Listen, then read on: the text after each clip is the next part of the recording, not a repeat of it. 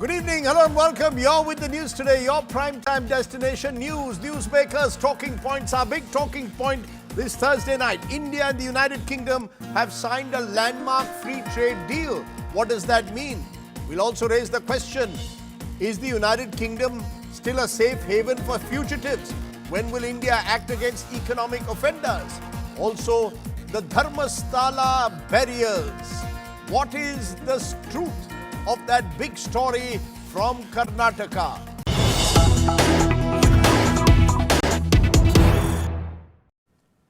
But our top focus this evening, India and the United Kingdom have just signed a free trade agreement today on a day when the Prime Minister a short while ago has also met King Charles. The big story coming in there from the United Kingdom, those pictures came earlier today. The Prime Minister raising Khalistani extremism in his talks with his UK counterpart. Prime Minister Modi says India and the United Kingdom will work on bringing back economic offenders. Prime Minister Starmer of Great Britain has called it the biggest trade deal since Brexit. Remember, as I said, the Prime Minister has met King Charles also a short while ago. Listen in to what the two leaders said while inking that agreement.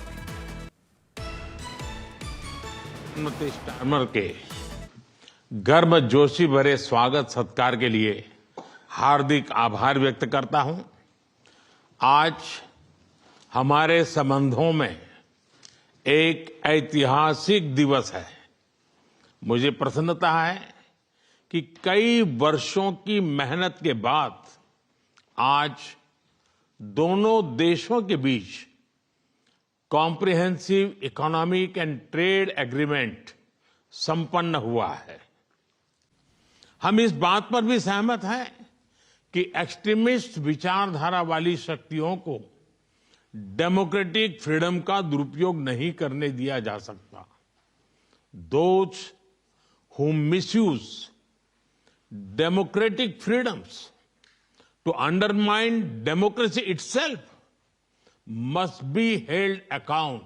And we both know this is the biggest and most economically significant trade deal that the UK has made since leaving the EU.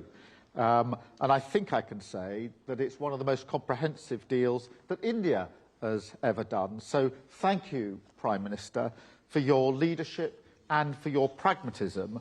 And I'd like to thank everybody who's worked so hard to get this deal over the line.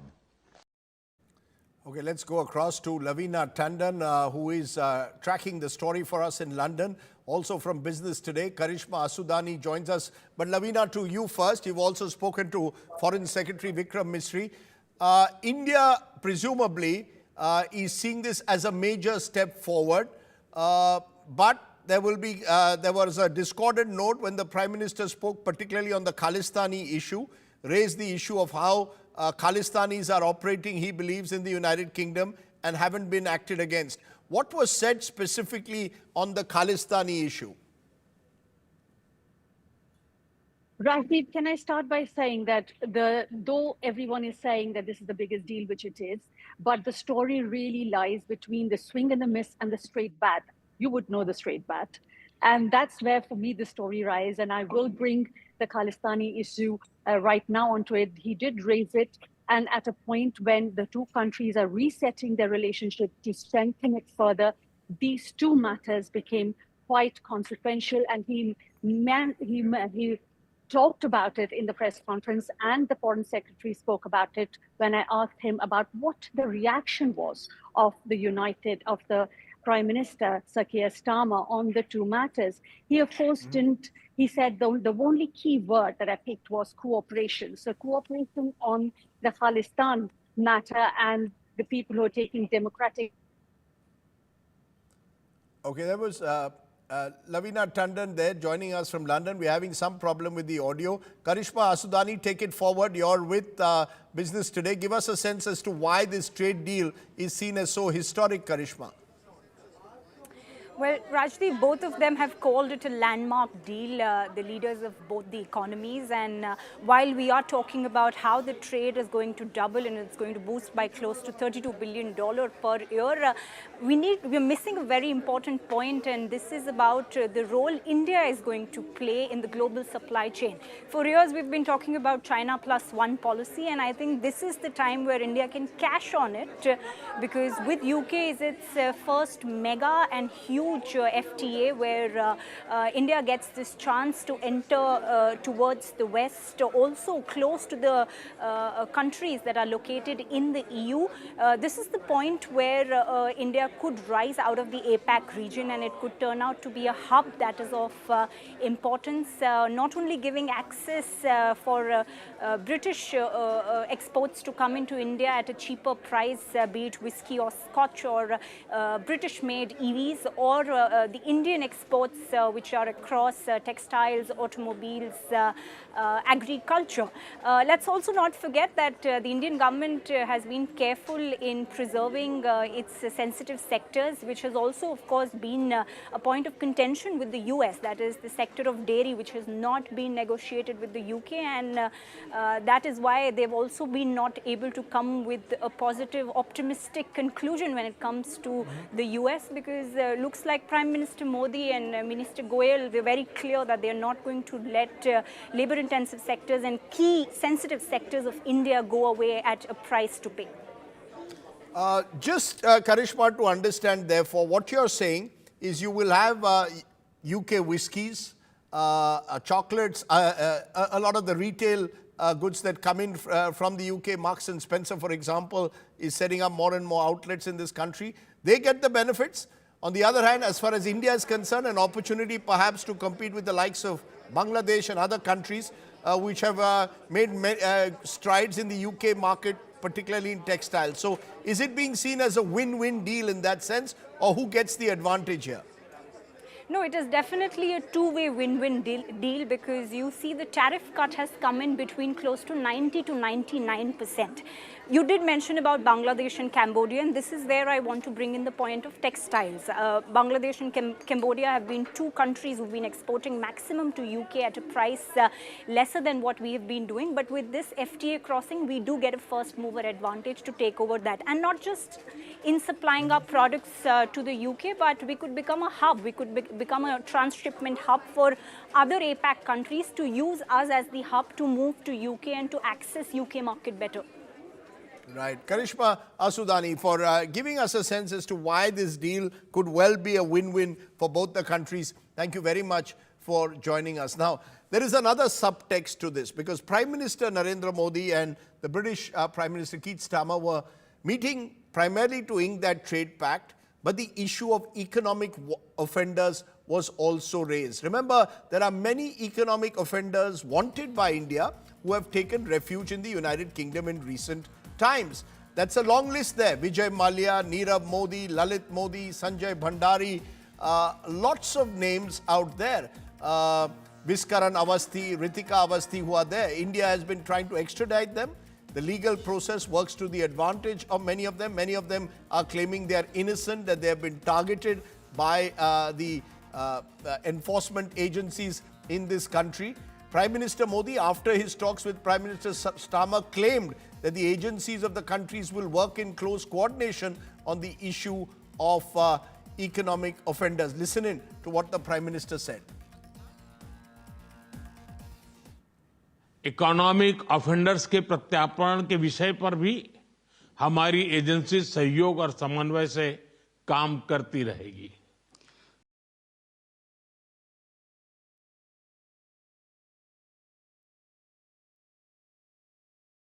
Let's therefore raise the big question. Is the United Kingdom still a safe haven for fugitives? Why is extradition from the United Kingdom tough? Is the government really serious, the Modi government serious in nabbing the fugitives, many of whom have left under the watch of this government? Joining me now is Kanwal Sibal, former Indian Foreign Secretary, joins me. I'll also be joined in a moment by Tanveer Ahmed Mir, senior criminal lawyer, and Burzeen Wagmar from the SOAS South Asia Institute of the University of London also joins me. Let me come to you, Burzeen, first there. We've seen India from time to time claim that they are working with the United States to extradite economic offenders, but there's been very little progress in that matter. In fact, today Jairam Ramesh of the Congress tweeted that we need a fugitive agreement, not just a trade agreement. What is the reason that UK is seen to be such a safe haven for many of these economic offenders? I would foreground those remarks against the fact that the obstruction of justice is at heart. Ambulance chasing lawyers, perverse obstruction of justice by judges, which works to the advantage of such economic offenders, but also other illegal aliens who are present on British soil, and the wide, perverse interpretation of what is the Human Rights Act, which in itself is a very much discussion that is ongoing as we speak with the current government and as well as the previous Sunak administration. And in more ways than one, that has been used perversely to the hilt by such individuals and by lawyers who make a killing out of it. Under the ambit of human rights, it does work to the advantage, which is why the Home Office is left, pretty much paralyzed. It is not, Rajdeep, I must state, the political dispensation's view not to cooperate on a bilateral basis with another country and with India, with whom ties are intimate in more ways than one, considering that India and UK are now a part of the Quad, Indo-Pacific strategy, so on and so forth, building up on centuries of relations. It's just that it's these aspects which are obstructionist, and there is much momentum here locally to veer out of it in terms of this Human Rights Act and the ECHR provisions that have worked in favor of not just these offenders, but also complaints from other UK close allies, including GCC states, who have a far more intimate security military relationship with London than New Delhi does, in terms of Islamists who have found a comfortable haven on British soil, and where extradition also plays a major role. And they've also been able to use the question of human rights to their advantage. Kawal Sipal, listening there to Burzin, there are two aspects to this. There is, of course, the legal system in the United Kingdom, which perhaps offers a protective veil to many of these so-called economic offenders. But there's also the question of intent. There's a belief that the Indian government hasn't done enough. For example, Nirav Modi, someone who was arrested and remains in custody in the United Kingdom, crimes committed in India, but the Indian government has found it very difficult to extradite him. Can it only be blamed on the law? Is there a question of intent as well, which is why many of the economic offenders are finding UK to be a safe haven? Let me give you an example of Vijay Mallya. Went through a long legal process. The courts allowed his extradition. And one thought that he would be extradited. And then suddenly the whole process stopped. And our friend Boris Johnson, then Prime Minister, was pretty candid in saying, without revealing what the real problem is, that there is a provision within the government of freshly looking at the whole thing, but what the basis and the parameters are secret and cannot be divulged to any foreign government. So actually it's the government that stopped the extradition. So Britain but why has the Indian government not front-loaded it? I mean, let's be very clear, Kawal Sibal. Vijay Mallya claims, first of all, that he's innocent, that he's repaid all his loans, that he would like to come back to India, but he doesn't have trust in our criminal justice system. But why hasn't the government front-loaded these issues? Most of these people have spent a decade and more in the United Kingdom now. You're absolutely right. The case was fought, and as I said, it went through the full legal process, and the British High Court, actually, the Home Ministry to begin with, and the British courts sanctioned allowed his extradition. But the government has stopped it. Now, point is, what you're saying is that what is the kind of pressure government of India should use in other fields to compel Britain to extradite Mallya. Now, this is a problem that we face diplomatically with a whole lot of countries, because they will not bend to your priorities, to your demands, and then they place you in a position where you may have to use some other points of pressure to get your way. Then you have to decide whether it is worth it.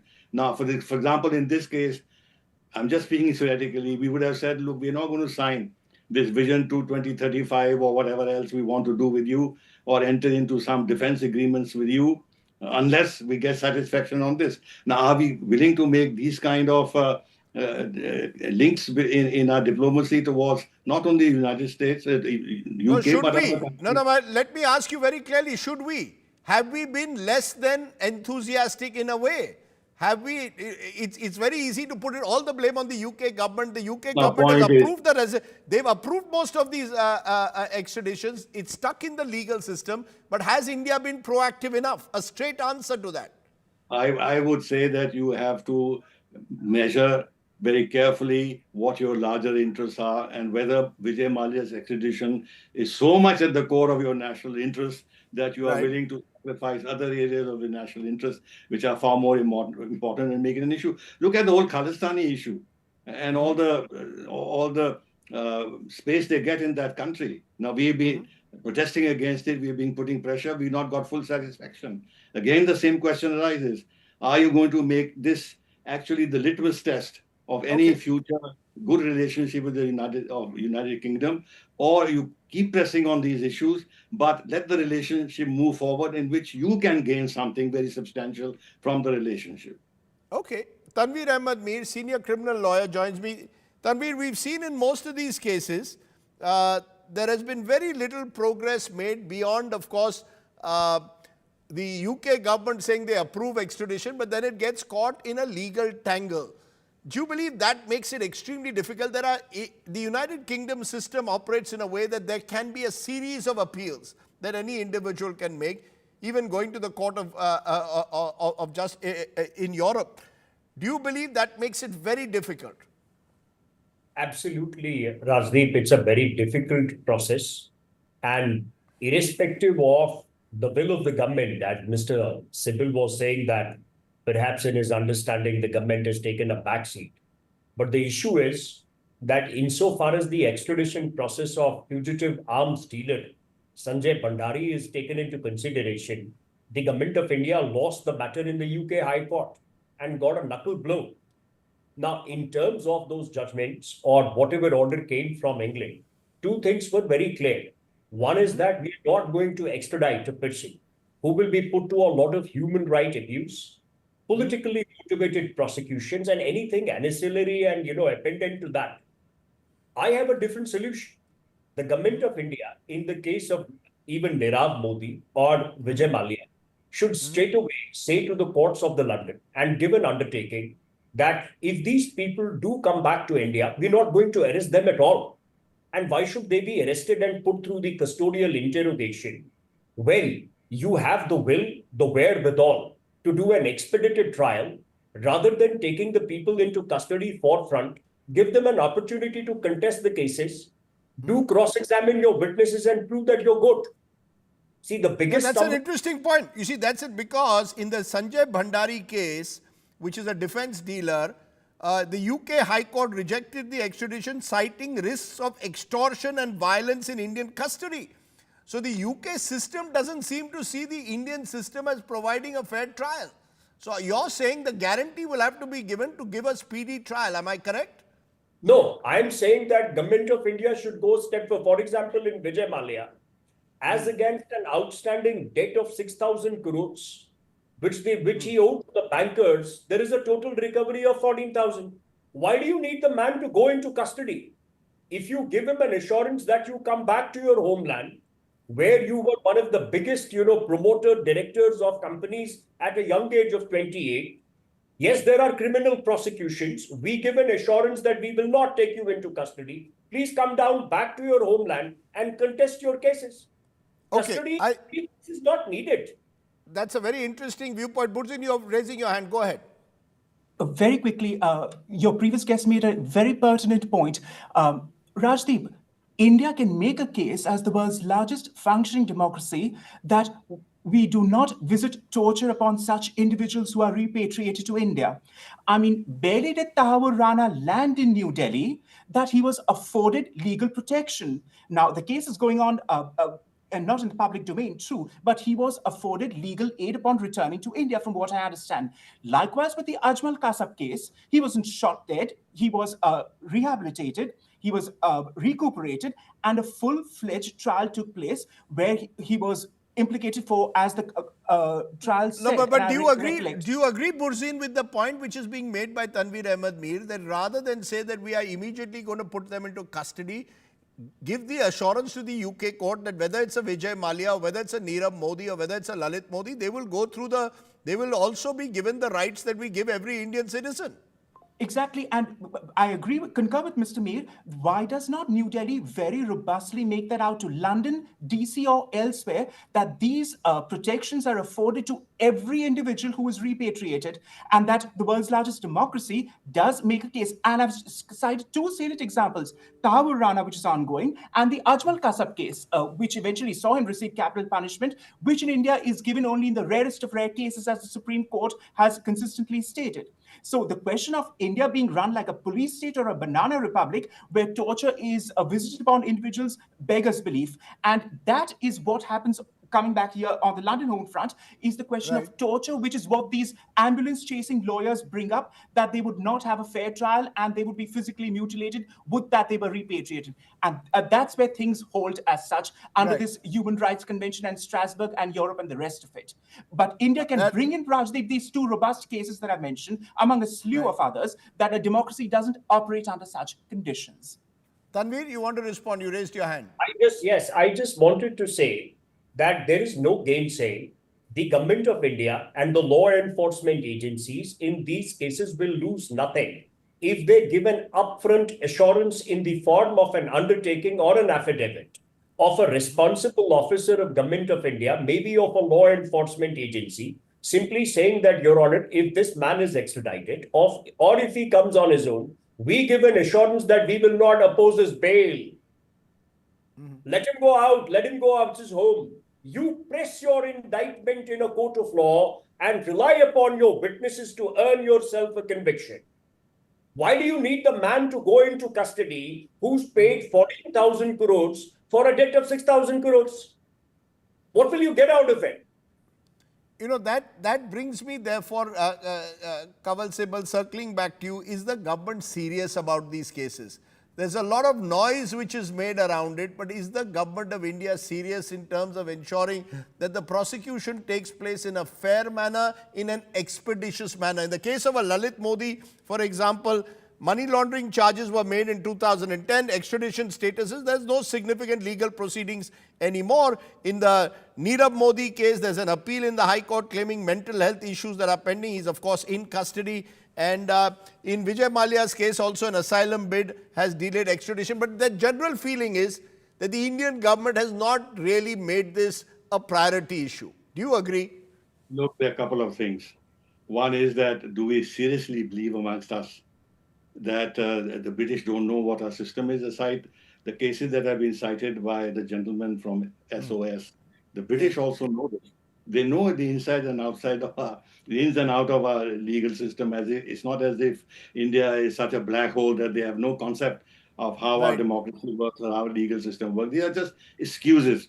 And we are unnecessarily putting ourselves on the defensive by trying to tell the British that we are a democracy and our legal system works according to known sets and rules. And it's a fair system. What's your second point? Number one is this. Number two, as I said before, you talked about the delays in our legal system. What about the delays in the British system? Look at all years and years have gone by, and appeal after appeal for this reason or that reason, and this review and that review. What does this say about the British legal system? It also delays matters inordinately. Fair point, yes. Burzin, do you agree? Lastly, the point is, as I said earlier, at the end of the day, when all the legal procedures are completed, there is an internal political process, which is secret, which is not known, and under which the British government can decide not to extradite. And this has happened in the case of Mallya. You know, Britain has become a safe haven for all these fellows, and they want to preserve that. It has larger implications internationally. 30 seconds. 30 seconds, Burzin. Quick response. Rajdeep, moving back to the Khalistan and separatism and irredentism issue, Colombo begged London for decades from mid-70s when the Elam issue started. Only in 2001 it was proscribed by the Home Office, and the final showdown which happened and the LTTE was destroyed only in 2009. Sri Lanka does not carry that much weightage or heft as, say, India would, but I just wanted to put that as a historian, that despite, and a smaller state which suffered much more than India does, and that too fell on deaf ears. I just wanted to put that into historical context. Okay, let's leave it there. Let's leave it there. Very, very interesting. Amidst all the bonhomie, the fact is that the two countries, while they've got the trade deal done, and that's good news, they just haven't got their act together when it comes to extradition of economic offenders. I appreciate my guests joining me on the show tonight. Thank you very much. Let me turn, though, talking about economic offenders, the Enforcement Directorate today has conducted multiple raids at more than 35 premises, all tied to the Reliance Anil Dhirubhai Ambani Group. Investigators say Yes Bank promoters allegedly received funds in their own entities before the loans were cleared for the Anil Dhirubhai Ambani Group, triggering bribery concerns. Sources in the Enforcement Directorate linked the action to a 3,000 crore rupee loan diversion probe. Munish Pandey has more on that story.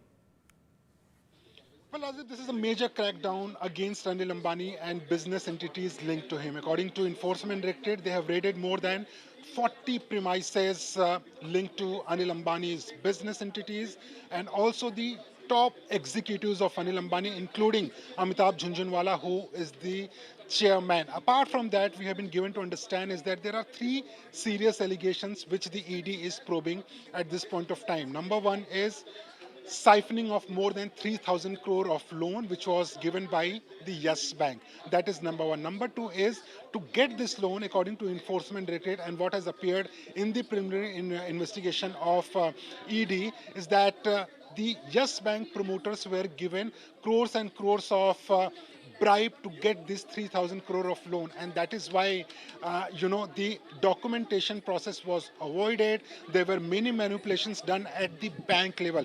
That is allegation number two. Apart from that, the ED sources have also told India Today that they are also probing another bank fraud committed by the business entities of Anil Ambani.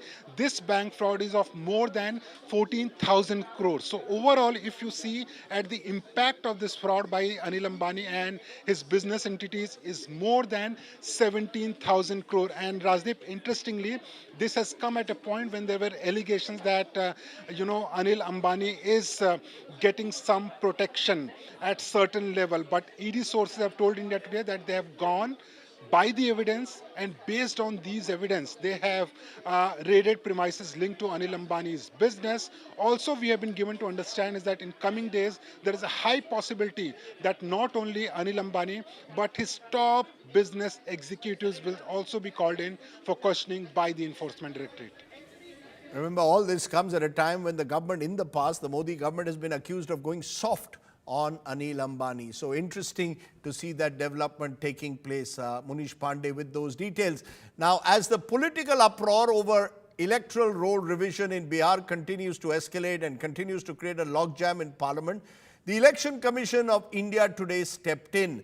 As per the special intensive revision order, the EC says any elector of any recognized political party will be granted a 1-month window from 1st August to 1st September to include the name of any eligible voter left out by the booth level officers or booth level agents. The EC claims this provision is aimed at ensuring the accuracy and integrity of the electoral rolls. But the leader of the opposition, Rahul Gandhi, is not convinced and said that he would in the future not just expose the EC in Bihar, but also alleged malpractices in Karnataka soon. I'm absolutely convinced that constituency after constituency, this is the drama that is taking place. Okay? Thousands and thousands of new voters. How old are they? 50, 45, 60, 65. New voters. Thousands and thousands and thousands, one constituency. Yes. And this is one thing, right? Voter deletion, voter addition, new voters who are 18, who are way above 18. So we have caught them. Okay, and I want to send a message to Election Commission. Yes, sir. If you think you're going to get away with this, if your officers think you're going to get away with this, you're mistaken. You're not going to get away with it. Because we are going to come for you. मुझे लगता है कि इस देश के इतिहास में पहली बार ऐसा हुआ है जब विपक्ष के नेता को इस देश से कोई मतलब ही नहीं है। कभी आपने उनको सीरियस पॉलिटिक्स करते हुए देखा है? 2 मिनट आते हैं, मीडिया में बोलते हैं और चले जाते हैं। कई एक ऐसे सेशन है जिसमें कि उनकी अटेंडेंस 0 है। यदि उनको सरकार चलाने का थोड़ा भी अनुभव होता, मुझे लगता है कि उनको ट्रेनिंग लेनी चाहिए। खरगे जी से ही ट्रेनिंग ले लें, किसी दूसरे से नहीं ले लें। उनके अध्यक्ष तो कम से कम मंत्री रहे हैं। Now, amidst this furor surrounding that Election Commission special intensive revision that's ongoing ahead of the Bihar elections later this year, the biggest concern remains about the poor and the marginalized voters falling off the map.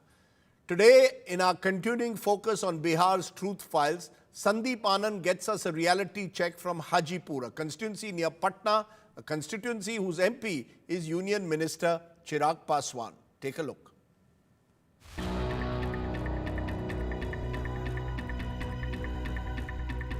The special intensive revision of voter list by the Election Commission, it was feared will affect people living on the margins the most, the poorest of the poor, who may struggle to produce documents at such short notice.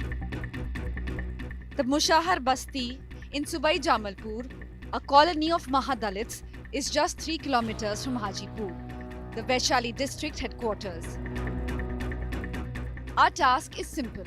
Ask villagers if they have submitted enumeration forms. Voter ID card है आपके पास? Voter vote गिराने वाला। हाँ है। कुछ form भरा जा रहा है नया, वोटर जिनका पास वोटर कार्ड है वो फॉर्म भर रहे हैं, आपको जानकारी है? जी नो। वोटर आईडी कार्ड वाला कोई आया है बीएलओ वगैरह मिलने आपसे? No. Most people we met looked puzzled. दुकान मांझी जी, वोटर लिस्ट में आपका नाम है क्या? फॉर्म भरने का जानकारी में है कि नया वोटर लिस्ट के लिए जो जमा? अभी नहीं। कोई बताया कि नहीं? बीएलओ वगैरह कोई आया है? नहीं आया। कोई इधर नहीं आया। The same questions, the same response.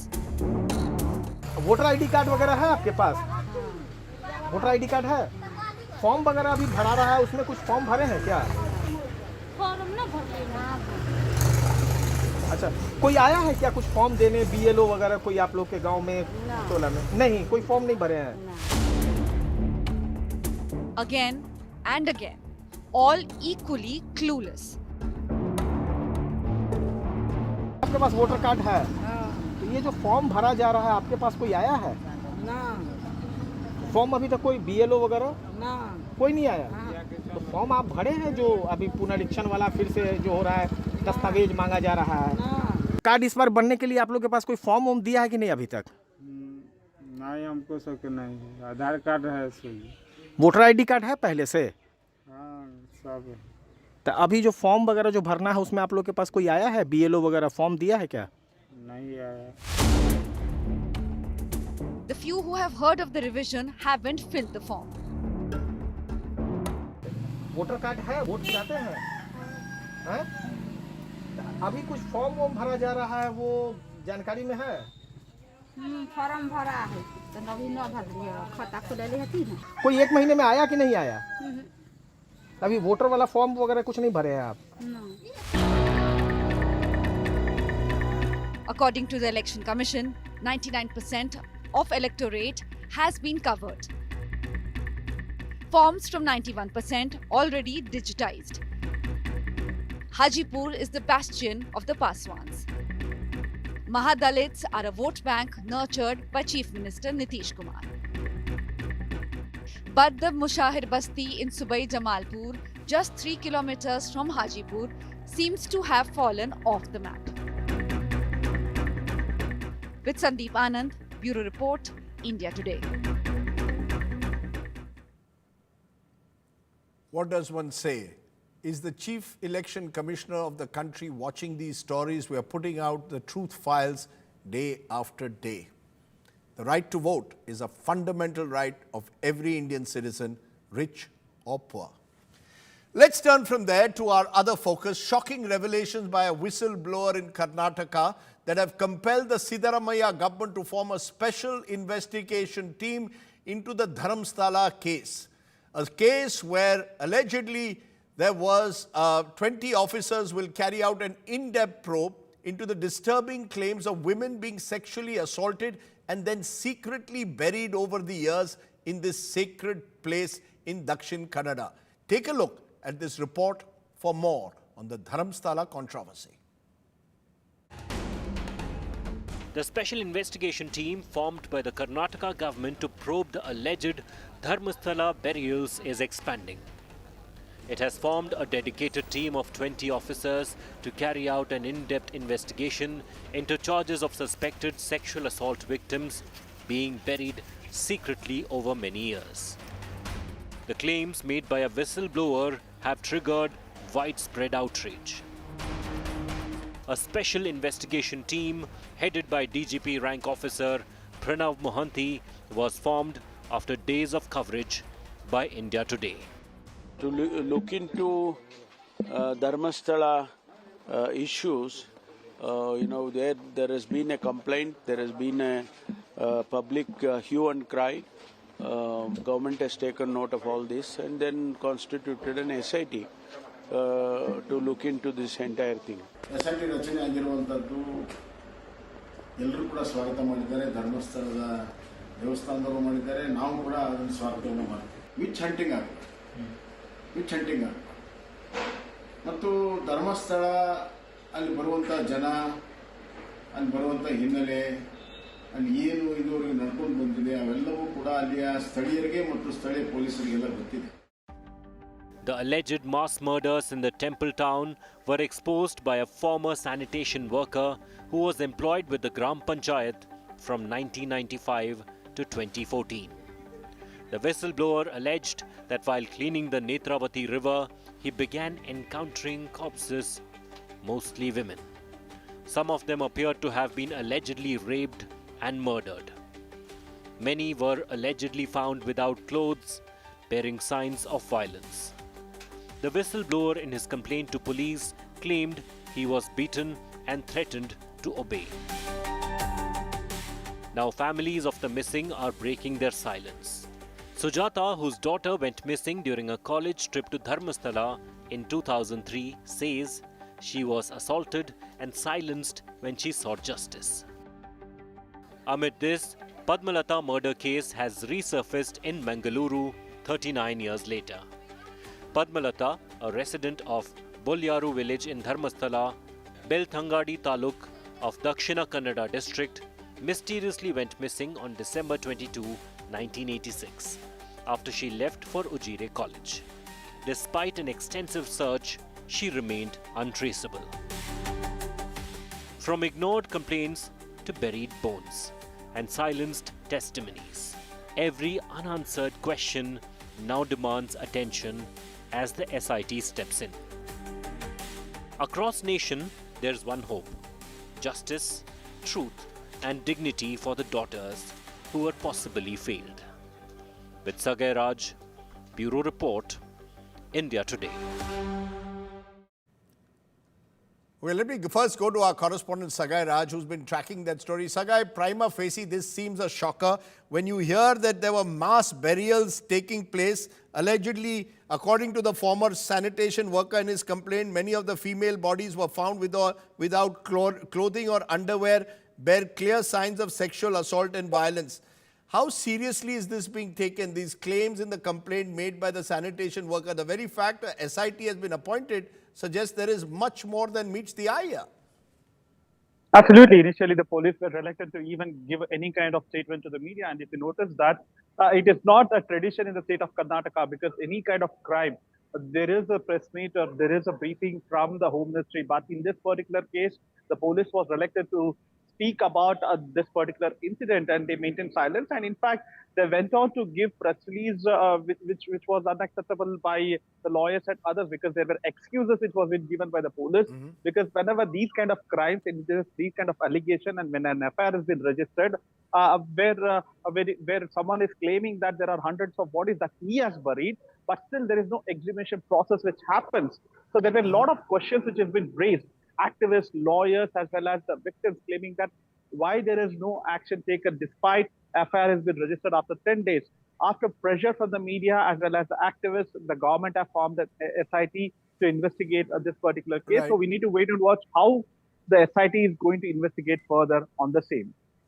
KBK Swami now joins me, Advocate Karnataka High Court. KBK Swami, do you believe that this is a case where it will be tough to garner the evidence, given the fact that here is a sanitation worker who claims that this has been, many of the stories are coming only after almost 11 years. Can they be taken at face value legally? See, Mr. Rajdeep, my first comment on this issue is that the complaint is made at a very belated stage. So the delay in making the complaint per se may not be a reason to outrightly reject the entire allegations. But when an allegation is made in respect of this kind of criminal activities, so the SIT has to investigate, go in deep and find out the evidence. Then only the allegation with respect to a particular accused can be made. Otherwise, to make some allegations on any particular entity or institution is not good. You see, but he has made this statement released by two lawyers. The government has ordered an SIT in that sense, and there are now stories coming that could be corroborating some of the claims that he makes. What does this suggest purely in terms of the legal process? What next?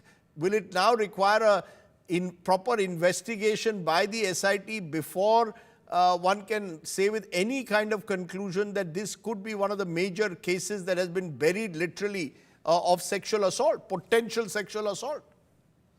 Because there are some very big figures involved here. No, certainly in respect of this Dharmastala episode is concerned, the allegations are very, very serious. But the fact is that, as you said, the corroboration is required to prove any allegation against any particular person or against a particular entity. Now, in this case, the sanitation worker has been taken before the learned magistrate. The statement has been recorded. But nobody knows exactly as to what is the content of the 164 statement is concerned. The statement which is being recorded under 164 per se is not evidence. But a copy of this statement is normally given to the investigating officer. And they will come to know what is the allegation. Based on that, they can start collecting the clues and they can start collecting the evidence. Then only they can go for the corroboration. Now it is too premature for anybody to say that the allegations are pointing towards a particular person.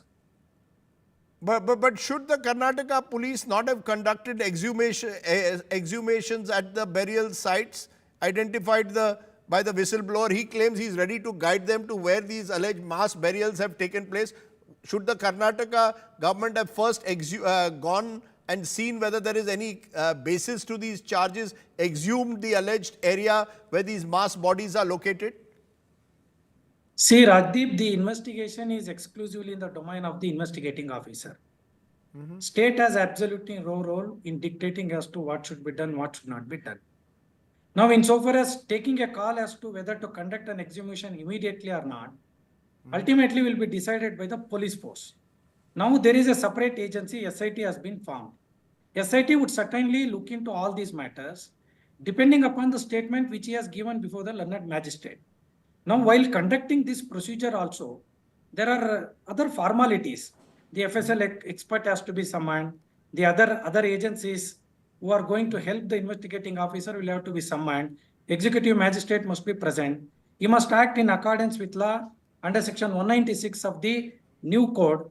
So these are all formalities which are completely left to the investigating officer. Now it is, now the government has appointed an SIT, appointed a particular IPS officer as the head of the team.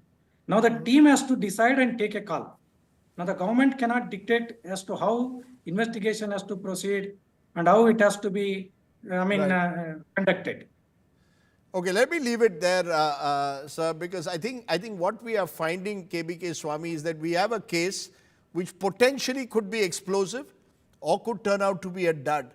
But either way, the Karnataka police and the government need to come clean as to what really happened in Dharmastala and not be under any kind of pressure while investigating the case. I appreciate you joining me here and shedding more light on the legal dimensions to that big case. We'll keep tracking that story. Let's turn to our Get Real India story, where we bring you stories from the ground across the country that often get lost in the noise of news. Today we turn to Darbhanga in Bihar, where in an age of digital classrooms and smart education, a government school in Bihar's Darbhanga district is telling a very different story. Here, students have been learning under the open skies with a makeshift blackboard and no basic facilities for nearly 20 years. Get Real India.